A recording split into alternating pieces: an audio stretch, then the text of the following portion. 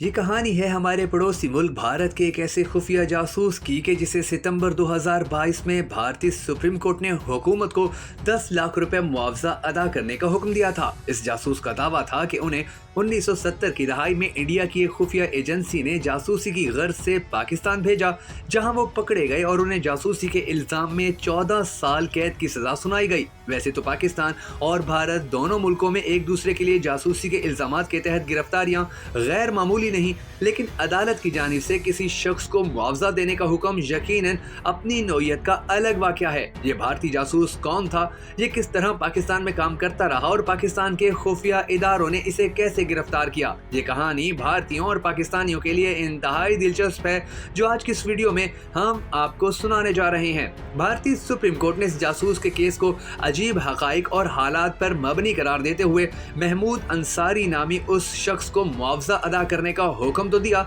लेकिन अपने फैसले में अदालत ने महमूद अंसारी के इंडियन जासूस होने और जासूसी की गर्ज से पाकिस्तान मिशन पर जाने के दावे को कबूल करने से इनकार किया। महमूद अंसारी का ताल्लुक भारत की रियासत राजस्थान के शहर कोटा से है। इस केस की समाअत के दौरान सुप्रीम कोर्ट में हुकूमत की नुमाइंदगी करते हुए additional solicitor general ASG Vikramjit Banerjee ने इस बात पर जोर दिया कि भारतीय हुकूमत का अंसारी से कोई लेना देना नहीं, मगर अंसारी के वकील समर विजय सिंह ने इस मामले में तमाम तर सबूत, जैसा कि महकमा डाक, स्पेशल ब्यूरो ऑफ इंटेलिजेंस और महमूद अंसारी के दरमियान तमाम तर राब्तों की तफसीलात अदालत के सामने पेश कर दी, जिससे साबित हुआ कि अंसारी ने स्पेशल ब्यूरो ऑफ इंटेलिजेंस के लिए काम किया और इसी बुनियाद पर उन्हें मुआवजा अदा करने के अहकामात जारी हुए। इस केस की समाअत इंडियन सुप्रीम कोर्ट के चीफ जस्टिस की सरबराही में 2 रुकनी बेंच ने की। इन दस्तावेजात की बुनियाद पर अदालत का मौक़िफ़ था कि हाँ, वो जासूस थे, लेकिन ये हुकूमती पॉलिसी है कि हम उन्हें बराह रास्त ये नहीं कह सकते। लिहाजा जिस तरह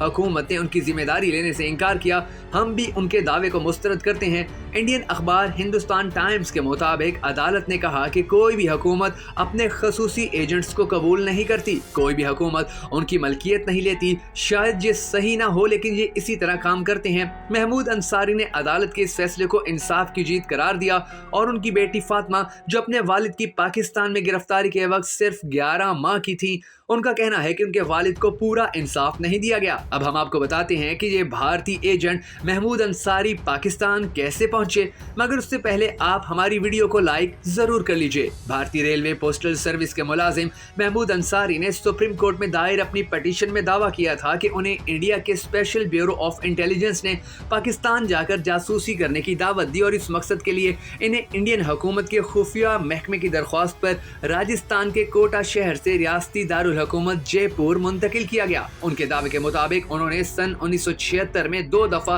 मुख्तसर दौरानिये के पाकिस्तान के दौरे किए और वहां अपना खुफिया मिशन कामयाबी से मुकम्मल किया, लेकिन उसी साल सितंबर 1976 में वो 21 दिन पर मुहित तीसरे सफर के बाद जब पाकिस्तान से भारत वापस आ रहे थे, तो सरहद पार करने से पहले पाकिस्तानी रेंजर्स ने उन्हें गिरफ्तार कर लिया। दरअसल उनके गाइड ने उन्हें धोखा दिया, क्योंकि वो शायद डबल एजेंट था। उस वक्त महमूद अंसारी कागज पर कोड अल्फाज में कुछ लिखकर पाकिस्तान से ला रहे थे और वो कागज उन्होंने अपने कपड़ों के कॉलर में छुपा रखा था। लेकिन तशद्दुद करने पर आदमी कब तक मालूमात छुपा सकता है? अंसारी कोई बदमाश तो था नहीं, भला कब तक टॉर्चर बर्दाश्त करता? असल में कॉलर में से कागज बरामद होने पर बात खराब हो गई थी और उस पर दर्ज कोड के बाइस पाकिस्तान रेंजर्स सब कुछ समझ गई थी। महमूद के मुताबिक उन्हें सन 1978 में जासूसी के इल्जाम में 14 साल कैद बामुशक्कत की सजा सुनाई गई। उन्होंने अदालत में दावा किया कि उन्हें पाकिस्तान में एक खास काम सर अंजाम देने के अहकामात मौसूल हुए थे। वो स्पेशल ब्यूरो ऑफ इंटेलिजेंस की रहनुमाई और कंट्रोल में कौम के मफाद में अपने फराइज सर अंजाम दे रहे थे। उनकी बेटी फातिमा का कहना है कि पाकिस्तान में पकड़े जाने के बाद तकरीबन 2 साल तक उनकी फैमिली ये समझती रही कि शायद उनके साथ कोई हादसा हो गया है। महमूद की बेटी कहती है कि मेरी मम्मी वालिद के सीनियर अफसरान के पास गईं, उन लोगों ने हाथ खड़े कर दिए, लेकिन मम्मी की बेबसी देखकर उन्होंने इशारे में कहा कि वो जल्द वापस आ जाएंगे। अंसारी की गैर मौजूदगी और उनके हक की लड़ाई में हमारा सब कुछ बिक गया, जेवरात, जमीन, साइकिल, रेडियो, यहाँ तक के बर्तन भी बिक गए। महमूद की बीवी रात के 2-2, 3-3 बजे तक सिलाई का काम करती और उन्होंने गुजर औकात के लिए सब्जी तक बेची। انصاری کی بیٹی کہتی ہیں کہ ہماری ایسی حالت ہو گئی تھی کہ جیسا کہ کسی کو آسمان سے زمین پر گرا دیا گیا ہو۔ انصاری کے مطابق قید کے دوران جب انہیں موقع ملا تو انہوں نے پوسٹل سروس، خفیہ محکمے اور اپنی اہلیہ کو اپنے حالات کے بارے میں لکھا۔ بھارتی سپریم کورٹ میں اپنی پٹیشن میں انصاری نے دعویٰ کیا کہ قید کے دوران کویت میں مقیم ان کے ایک رشتہ دار نے لاہور ہائی کورٹ کے بہاولپور بینچ میں ان کی بے گناہی کا دعویٰ کرتے ہوئے رہائی کی درخواست دائر کی اور آخرکار سن 1987 میں انہیں رہا کرنے کے احکامات جاری کیے گئے۔ قانونی معاملوں کی ویب سائٹ لائیو لا کے مطابق ان کے وکیل نے سپریم کورٹ کو بتایا کہ رہائی کے بعد انہیں 1979 تک جب تک انڈیا واپس نہیں لایا گیا تب تک پاکستان میں انڈیا کے سفارت خانے میں رکھا گیا۔ محمود انصاری کا کہنا ہے کہ رہائی کے بعد جب وہ کوٹا میں اپنی رہائش گاہ پر پہنچے تو انہیں معلوم ہوا کہ حکام کو قید کے دوران اپنی صورتحال کے بارے میں بتانے کے باوجود بھی انہیں 26 نومبر 1976 سے طویل غیر حاضری کے الزام میں ملازمت سے نکال دیا گیا تھا۔ انہوں نے بھارتی حکام سے درخواست کی کہ انہیں وہ تمام کاغذات دیے جائیں جن میں ان کی سروس ختم کرنے کی تفصیل درج ہے، لیکن اس کے جواب میں حکام نے انہیں صرف 2 صفحات پر مشتمل ایک فوٹو کاپی فراہم کی جس پر درج تفصیلات پڑھی نہیں جا سکتی تھی۔ ان کاغذات میں انکوائری رپورٹ، اس کے نتائج وغیرہ کے بارے میں کچھ بھی درج نہیں تھا۔ ان کی مشکلات میں مزید اضافہ اس لیے ہوا کہ وہ خفیہ ادارے کے جس افسر سے رابطے میں تھے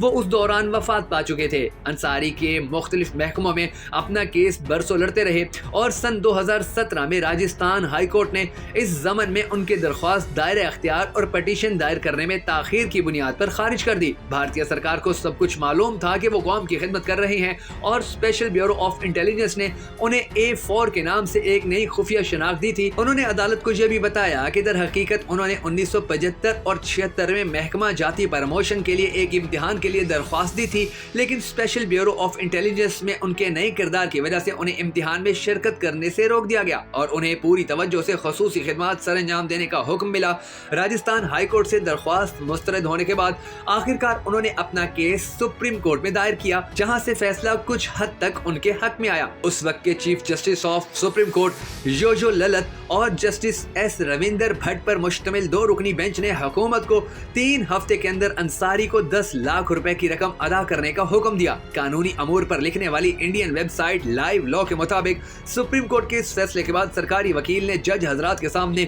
اس خدشے کا بھی اظہار کیا کہ معاوضے کی ادائیگی کا مطلب یہ ہو سکتا ہے کہ حکومت بھارت پاکستان میں جاسوسی کی ذمہ داری لے رہی ہے، لیکن عدالت نے اپنے آرڈر میں کہا کہ مذکورہ رقم کی ادائیگی کسی بھی طرح سے حکومت کی ذمہ داری یا درخواست گزار کے استحقاق کے عکاس نہیں، اور اس لیے محمود انصاری کو یہ پیسے ہر صورت ادا کیے جائیں، جس کے بعد آج تک یہ معلوم نہیں ہو سکا کہ محمود کو وہ 10 لاکھ روپے بھارتی سرکار نے دیے تھے یا نہیں دیے تھے۔ اگر آپ کو بھارتی ایجنٹ کے بارے میں ہماری یہ ویڈیو پسند آئی ہو تو ہمارے YouTube چینل کو سبسکرائب کرنا ہرگز مت بھولیے گا، تاکہ آپ کو بھارت اور پاکستان کے حوالے سے اسی طرح کی مزید دلچسپ ویڈیوز بر وقت ملتی رہیں۔